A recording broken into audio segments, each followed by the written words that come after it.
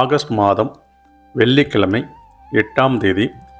திதி பிற்பகல் 2:51 வரை சதுர்த்தசி, பின்பு பௌர்ணமி திதி. நட்சத்திரம் அன்று மாலை 3:47 வரை உத்திராடம் நட்சத்திரம், பின்பு திருவோணம் நட்சத்திரம். நல்ல நேரம் காலை 9:15 முதல் 10:15 வரை, மாலை 4:45 முதல் 5:45 வரை. அன்றைய தினம் யோகம் மாலை 3:47 வரை சித்த யோகம், பின்பு மரண யோகம். சந்திராஷ்டமம் ஏற்படக்கூடிய ராசி மிதுன ராசிக்கு அன்றைய தினம் முழுவதும் சந்திராஷ்டமம் ஏற்படும்.